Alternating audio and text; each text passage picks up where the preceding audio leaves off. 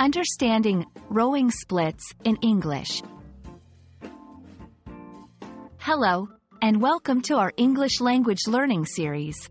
Today, we're going to decipher the phrase, rowing splits. It's a term you might encounter in sports commentary or fitness discussions.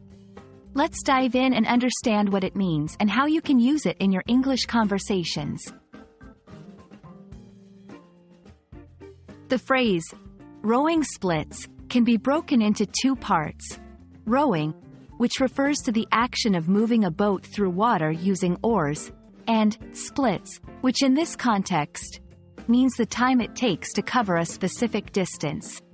So, rowing splits refers to the time intervals rowers use to gauge their speed over a set distance.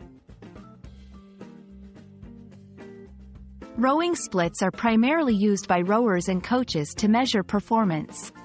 For instance, a split of 2 minutes per 500 meters gives them a benchmark to improve upon during training or competitions.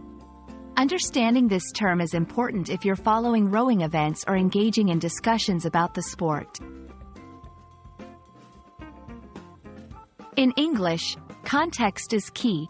The word splits might have different meanings in other scenarios, like doing the splits in gymnastics.